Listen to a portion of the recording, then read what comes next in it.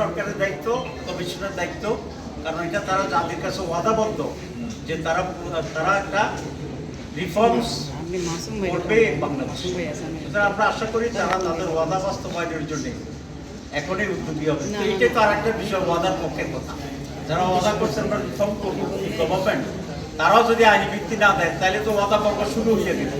তো এখনই যত শুরু হয়ে যায় ভবিষ্যতে তো এটা অগ্রসর ক্ষেত্রে থাকিবে।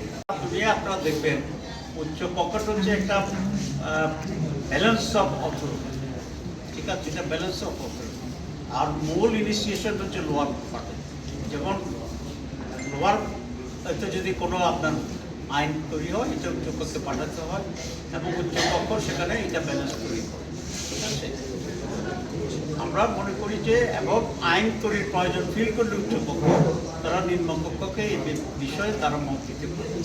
আর দুটো পক্ষে যদি আইন তৈরির বিষয়টি থাকে তাহলে এটা পাল্টাপাল্টি কাউন্টার এটা প্র্যাকটিসও নাই সারা।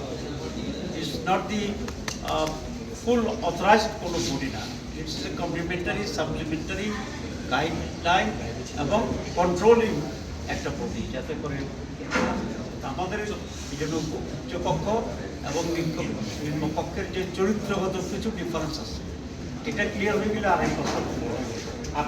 আমরা মনে করি যদি এটাকে আইনি ভিত্তি না দিয়ে বাস্তবায়নের জায়গায় যদি সরকার না নিয়ে যায় এটাই সংকট, আমাদের সিগনেচারটা সংকট দেওয়া না, ঠিক আছে। আমি সারাদিনের সিগনেচার দিলাম কিন্তু এটার কোনো আইনি ভিত্তি নেই, এটার কোনো বাস্তবায়ন নেই, এটা কোনো এক্সিকিউশন নেই, তাহলে এটা কী হয়েছে? সেই জন্য সংকটটা সিগনেচারের সাথে, সংকটটা যে লক্ষ্যে আমরা পৌঁছাতে চাই সেই লক্ষ্যে পৌঁছানোর প্রচেষ্টা থেকে ডাইভার্সন এবং ডেভিয়েশন এর উপরে নির্ভর যে আমরা এইসব বিষয়ে একমত হয়েছি।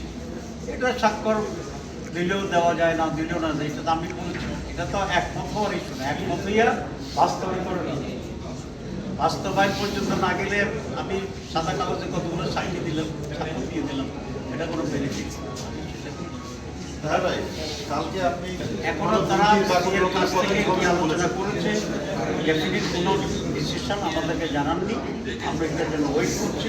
আমরা আশা করি কমিশন নিজেরাও ব্যর্থ হবে না, আমাদেরকেও ব্যর্থ হবে না, জাতিকে হতাশা, এটা আমাদের কথা।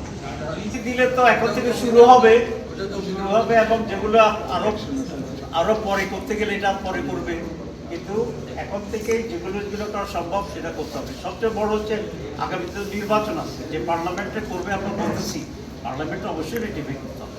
তো সে পার্লামেন্ট ইলেকশন কিভাবে হবে, এটা কি আগের মতো করেই হবে? কেয়ারটেকার সরকারের ফরমেশন কি হবে, এগুলো তো খুবই মৌলিক প্রশ্ন। আপনি সেই জন্য আমরা বলছি এটা এখানে বিতরণের কোনো সুযোগ নেই, কেউ চায় না এটা তাকে ব্যাখ্যা করা উচিত, কিন্তু আইনি ভিত্তি দিতে হবে এটা কোনো বিতর্ক বিষয় না, এটা দিতেই হবে।